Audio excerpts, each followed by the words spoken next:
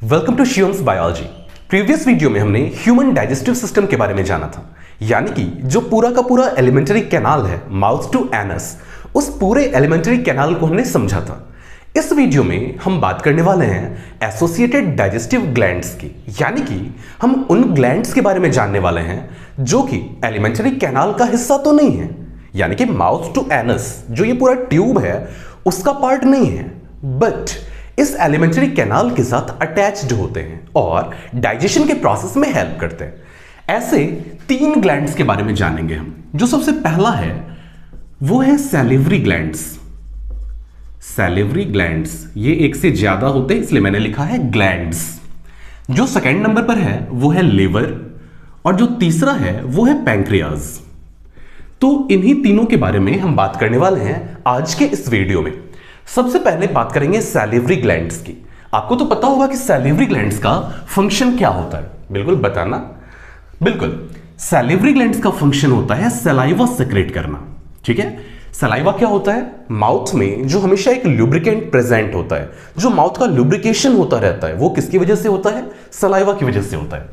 तो salivary glands को जानेंगे हम सबसे पहले। सैलिवरी ग्लैंड्स बेसिकली 3 तरह के होते हैं। जो सबसे पहली कैटेगरी है वो है पैरोटिड ग्लैंड्स की। पैरोटिड ग्लैंड्स, पैरोटिड ग्लैंड्स कहां होते हैं? ये जो हिस्सा देख रहे हो ना, ये यहां और ठीक यहां, इस दोनों साइड पैरोटिड ग्लैंड्स प्रेजेंट होते हैं। और सैलिवरी ग्लैंड्स जितने भी हैं उनमें जो सबसे बड़े आकार के होते हैं वो पैरोटिड ग्लैंड्स ही। पैरोटिड ग्लैंड्स से जो सेक्रेशन बाहर आता है वो जिन डक्ट्स के थ्रू आता है, यानी कि जिन ट्यूब्स के थ्रू आता है, उन्हें हम कहते हैं स्टेनसन्स डक्ट। क्या कहते हैं? स्टेनसन्स डक्ट। इसके बाद पैरोटिड ग्लैंड के बाद जो दूसरी कैटेगरी आती है सैलिवरी ग्लैंड्स की, वो है सबमैंडिबुलर या फिर सबमैक्सिलरी सैलिवरी ग्लैंड्स। ये कहां होते हैं? ये जो हिस्सा देख रहे हो ना, यहां प्रेजेंट होते हैं। कौन? सबमैंडिबुलर ग्लैंड्स, या फिर इन्हें हम सबमैक्सिलरी ग्लैंड्स भी कहते हैं। तो यहां लिख देता हूं मैं सबमैंडिबुलर, सबमैंडिबुलर या फिर सबमैक्सिलरी, सबमैंडिबुलर या फिर सबमैक्सिलरी सैलिवरी ग्लैंड्स। और इनका सेक्रेशन जो माउथ में आता है, तो जिन डक्ट्स के थ्रू आता है उन्हें हम कहते हैं वार्टन्स डक्ट। क्या कहते हैं? Wharton's duct. और जो तीसरा नंबर है सैलिवरी ग्लैंड्स का, वो है sublingual, sublingual salivary gland, sublingual salivary gland. और ये कहां प्रेजेंट होता है? जो हमारा टंग है, जिसे कि बायोलॉजी के लैंग्वेज में लिंगुआ कहा जाता है, तो टंग के नीचे सबलिंगुअल यानी कि टंग के नीचे ये प्रेजेंट होता है।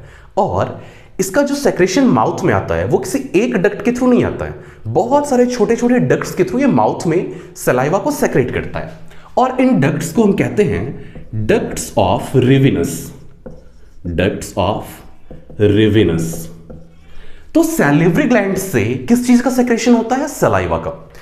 बात करें अगर सलाइवा की, तो सलाइवा क्या होता है? एक वाटरी लिक्विड होता है जिसमें कि कुछ काम के एंजाइम्स प्रेजेंट होते हैं।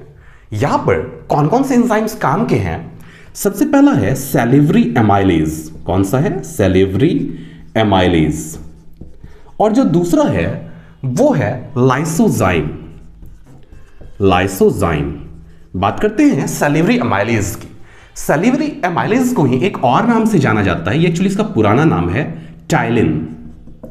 यहां पर पी साइलेंट होता है, PTYLIN, इसे टाइलिन कहते हैं, बट जो इसका एक्चुअल नया नाम है वो है सैलिवरी एमाइलेज।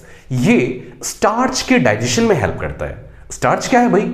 कार्बोहाइड्रेट का ही एक टाइप है स्टार्च, जो कि हम आगे जानेंगे जब डाइजेशन के पूरे मैकेनिज्म को पढ़ेंगे, वहां जानेंगे। तो सलाइवा में जो पहला एंजाइम है सैलिवरी एमाइलेज, जिसके हम टायलिन भी कहते हैं, वो कार्बोहाइड्रेट के डाइजेशन में रोल प्ले करता है। जो सेकंड है लाइसोजाइम, एक्चुअली ये काफी इंपॉर्टेंट एंजाइम है और आपको एनिमल्स की बॉडी में बहुत जगह ये मिलता है, जैसे कि सलाइवा है, टीयर है, और भी बहुत जगह मिलता है। लाइसोजाइम एक्चुअली एक एंटी बैक्टीरियल एंजाइम है। ये बैक्टीरिया वगैरह पर एक्ट करता है और बैक्टीरिया को मार देता है। तो लाइसोजाइम क्या है? एक एंटी बैक्टीरियल एंजाइम है। तो ये पूरी बातें थी सैलिवरी ग्लैंड्स की। इसके बाद हम बात करेंगे लिवर की, बट उससे पहले आपसे एक प्रश्न पूछूंगा कि सलाइवा का एक्चुअल फंक्शन क्या है। आपको तो मैंने ये बता दिया कि सलाइवा में जो ये एंजाइम होता है सैलिवरी एमाइलेज, ये कार्बोहाइड्रेट के डाइजेशन में हेल्प करता है। बट इसके अलावा क्या कोई और भी फंक्शन है सलाइवा का? आप खुद इस टॉपिक को देखना और कमेंट से मुझे बताना कि सलाइवा का फंक्शन क्या क्या होता है। ठीक है, चलो आगे बात करते हैं। सैलिवरी ग्लैंड्स के बाद जो दूसरा काफी इंपॉर्टेंट ग्लैंड है वो है लिवर। तो बात करेंगे हम लिवर की। लिवर जो है वो हमारी बॉडी का सबसे बड़ा ग्लैंड है, जैसा कि मैंने आपको पहले भी बताया था। अगर आप लिवर के स्ट्रक्चर को देखो तो ये कुछ यूं होता है, दो लोब्स में बटा हुआ होता है, दो लोब्स में बटा हुआ होता है लिवर, और बीचों बीच एक लिगामेंट होता है जिसे कि हम फाल्सिफॉर्म लिगामेंट कहते हैं, और इसके ऊपर डायफ्राम होता है। क्या होता है भाई? डायफ्राम होता है इसके ऊपर से गया हुआ। यह है लिवर। लिवर में बहुत सारा काम होता है, कोई एक काम नहीं होता है, बहुत सारा काम होता है। एक्चुअली ये हमारी बॉडी का केमिकल चेक पोस्ट है। चेक पोस्ट का मतलब क्या होता है? जहां पर की चेकिंग होती है किसी भी चीज की। और कैसा चेक पोस्ट है? Chemical check post. देखो, कुछ भी जो हम खाते हैं जो कि हमारे इंटेस्टाइन में पहुंचता है, वहां से एब्जॉर्ब होकर जब वो पूरी बॉडी के पास जा रहा होता है तो सबसे पहले उसे गुजरना होता है लिवर से। अगर वो लिवर से नहीं गुजरेगा तो पूरी बॉडी में नहीं जा पाएगा। और लिवर हर एक केमिकल को चेक करता है। अगर कुछ भी हार्मफुल दिखता है लिवर को तो लिवर उसे डिटॉक्सिफाई करने की कोशिश करता है, यानी कि किसी ऐसे केमिकल में चेंज करने की कोशिश करता है जो कि हमारी बॉडी के लिए कम हार्मफुल हो। इसलिए जब भी हम पैरासीटामोल या ऐसी कोई दवा लेते हैं जिसका कि हमारी बॉडी पर साइड इफेक्ट होता है, तो उसका बुरा असर कहां होता है? हमारे लिवर पर होता है। इसलिए कहा जाता है कि ऐसी दवाओं का सेवन डॉक्टर से पूछे बिना नहीं करना चाहिए। तो लिवर जो है, और आपको एक बात बता दूं, जो लोग अल्कोहल लेते हैं उनका भी लिवर बहुत जल्दी खराब हो जाता है, क्योंकि लिवर क्या है? Chemical check post. वो किसी भी ऐसी चीज को बॉडी में नहीं जाने देता है जो कि बॉडी के लिए हार्मफुल है, और लड़ते लड़ते बेचारा खुद लिवर जो है वो परेशान हो जाता है, खराब होने लग जाता है। अगर लिवर के बारे में और बात करूं जो कि डाइजेस्टिव सिस्टम से रिलेटेड है, तो सबसे मेन फंक्शन यहां इसका होता है बाइल प्रोडक्शन। क्या होता है? Bile production.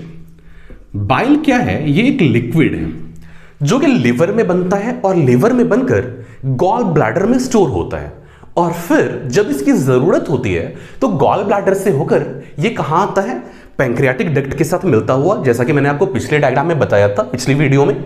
तो पैंक्रियाटिक डक्ट के साथ मिलकर ये हेपेटोपैंक्रियाटिक एम्पुला बनाता है और ड्यूडेनम में खुलता है। यानी कि बाइल लिवर में बनकर गॉल ब्लैडर में स्टोर हुआ और जरूरत पड़ने पर स्मॉल इंटेस्टाइन में आ जाता है। बाइल एक्चुअली क्या करता है? देखो, बाइल में कोई भी एंजाइम नहीं होता है, तो जब एंजाइम नहीं है तो फिर ये डाइजेशन में कैसे हेल्प करता है? काफी इंपॉर्टेंट क्वेश्चन है, ध्यान से समझना। बाइल के अंदर कुछ सॉल्ट्स होते हैं। क्या होते हैं? कुछ सॉल्ट्स होते हैं, जैसे कि कुछ एग्जांपल मैं बता दूं आपको। एक सॉल्ट है सोडियम टॉरोकोलेट, एक और है सोडियम ग्लाइकोकोलेट। तो ये कुछ सॉल्ट्स होते हैं, और ये सॉल्ट्स एक्चुअली क्या करते हैं? जिस वक्त फूड का जो फैट वाला हिस्सा है वो जब इंटेस्टाइन में पहुंचता है तो उसे डाइजेस्ट करने में ये हेल्प करते हैं। फैट का डाइजेशन जब मैं आपको पढ़ाऊंगा तो वहां बताऊंगा आपको कि कैसे बाइल के हेल्प से फैट को इमल्सिफाई किया जाता है। इमल्सिफाई करने का मतलब क्या होता है? फैट के बड़े बड़े ग्लोब्यूल्स को छोटे छोटे टुकड़ों में तोड़ा जाता है, जिससे कि फैट को डाइजेस्ट करने वाले एंजाइम्स बेहतर तरीके से उस पर काम कर सकें। तो ये जो बाइल सॉल्ट्स हैं ये क्या करते हैं? एक्चुअली ये नाम आपके लिए इंपॉर्टेंट नहीं है क्लास 10th में, आपको बस इतना ध्यान रखना है कि बाइल जूस में कुछ बाइल सॉल्ट्स होते हैं जो कि हेल्प करते हैं किस प्रोसेस में? इमल्सिफिकेशन ऑफ फैट में। Emulsification of fat. इमल्सिफिकेशन का मतलब क्या हुआ? फैट के जो बड़े बड़े ग्लोब्यूल्स होते हैं उनको छोटे छोटे ड्रॉपलेट्स में तोड़ना, जिससे कि उनका डाइजेशन आसान हो सके। तो बाइल फैट को इमल्सिफाई करता है। बाइल कहां बनता है? लिवर में बनता है। और स्टोर कहां होता है? देखो मैं लिख दूं यहां पर, बाइल प्रोडक्शन कहां होता है? लिवर में होता है।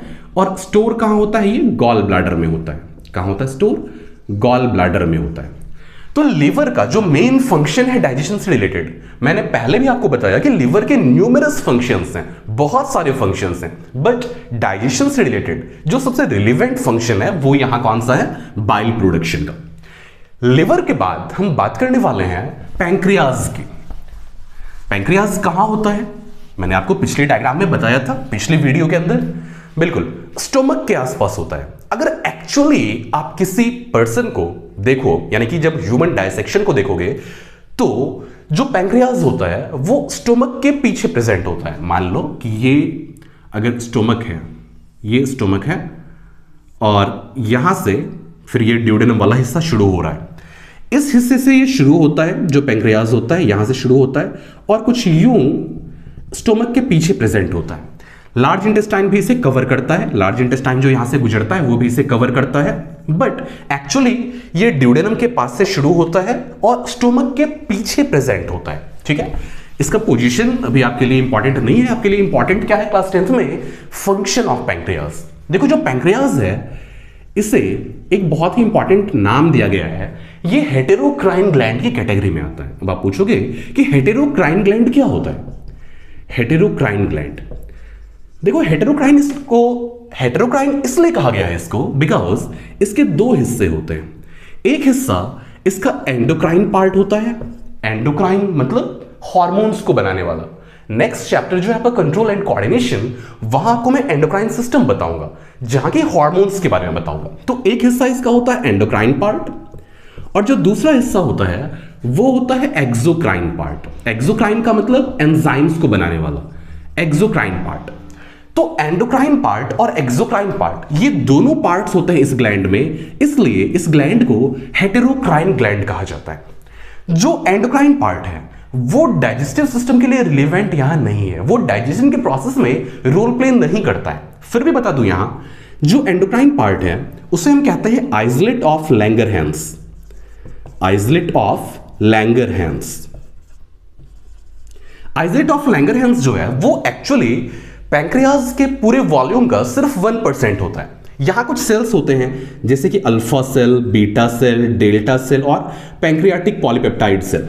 यहां पर ही इंसुलिन, ग्लूकागन वगैरह का फॉर्मेशन होता है, जो कि काफी इंपॉर्टेंट हार्मोन्स होते हैं, उनके बारे में हम आगे पढ़ेंगे। जो एक्सोक्राइन पार्ट होता है इसे हम एसिनी कहते हैं, एसिनी ऑफ पैंक्रियाज। और यहां के जो सेल्स होते हैं वो एसिनर सेल्स कहलाते हैं।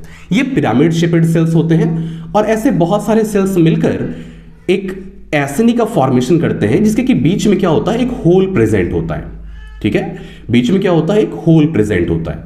और इस हिस्से को देखो, मैंने एक एसिनी ड्रॉ किया है। यहां पर पिरामिड शेपेड बहुत सारे सेल्स होते हैं और बीच में क्या होता है, एक होल प्रेजेंट होता है। ऐसे बहुत सारे एसिनी प्रेजेंट होते हैं कहां, एक्सोक्राइन पार्ट ऑफ पैंक्रियाज में। और यहां से सेक्रेट होता है पैंक्रियाटिक जूस। क्या सेक्रेट होता है, पैंक्रियाटिक जूस। पैंक्रियाटिक जूस के अंदर बहुत सारे डाइजेस्टिव एंजाइम्स होते हैं, जैसे कि pancreatic amylase, pancreatic amylase, pancreatic amylase के अलावा पैंक्रियाटिक लाइपेज, और एक एंजाइम काफी इंपॉर्टेंट है जो कि प्रोटीन के डाइजेशन में हेल्प करता है, वो है ट्रिप्सिन। कौन सा एंजाइम है, ट्रिप्सिन। इन सारे एंजाइम्स के बारे में, जैसे कि मैंने आपको सैलिवरी ग्लैंड पढ़ाते वक्त सैलिवरी एमाइलेज की बात की थी मैंने, यहां पर मैं पैंक्रियाटिक एमाइलेज की बात कर रहा हूं, पैंक्रियाटिक लाइपेज की बात कर रहा हूं, ट्रिप्सिन की बात कर रहा हूं। तो ये सारे एंजाइम्स कैसे काम करते हैं, कहां काम करते हैं, इन सारी चीजों को हम जानेंगे जब हम डाइजेशन के मैकेनिज्म को पढ़ रहे होंगे उस वक्त। तो यहां हमने पैंक्रियाज की बात की, इसे हेटेरोक्राइन ग्लैंड कहा जाता है बिकॉज इसका एंडोक्राइन पार्ट भी होता है जो कि हार्मोन्स को सेक्रेट करता है, और एक्सोक्राइन पार्ट भी होता है जो कि एंजाइम्स को सेक्रेट करता है। जो एंडोक्राइन पार्ट होता है वो आइसलेट ऑफ लैंगरहैंस है। यहां कुछ सेल्स होते हैं जो कि इंसुलिन, ग्लूकागन वगैरह को सेक्रेट करते हैं। और जो यहां रिलेवेंट पार्ट है इसका एक्सोक्राइन पार्ट, जिससे कि एंजाइम्स सेक्रेट होते हैं डाइजेशन वाले, उस हिस्से को यहां हम एसिनी ऑफ पैंक्रियाज कहते हैं, जिससे कि एंजाइम्स आते हैं pancreatic amylase, lipase and trypsin. तो ये सारी बातें थी एसोसिएटेड डाइजेस्टिव ग्लैंड्स की। मैं फिर से रिकैप करा दूं, यहां हमने सैलिवरी ग्लैंड्स को देखा जो कि थे पैरोटिड, सबमैक्सिलरी और submandibular and sublingual. After that हमने देखा लिवर को, और लिवर के बाद हमने पैंक्रियाज की बात की। आई होप आपको सारी बातें समझ में आ गई होंगी। अगर कोई कंफ्यूजन है तो जरूर पूछना। मैंने इस वीडियो में क्वेश्चन पूछा था, उसका जवाब जरूर देना कमेंट में, और वीडियो कैसा लगा जरूर बताना। Thank you.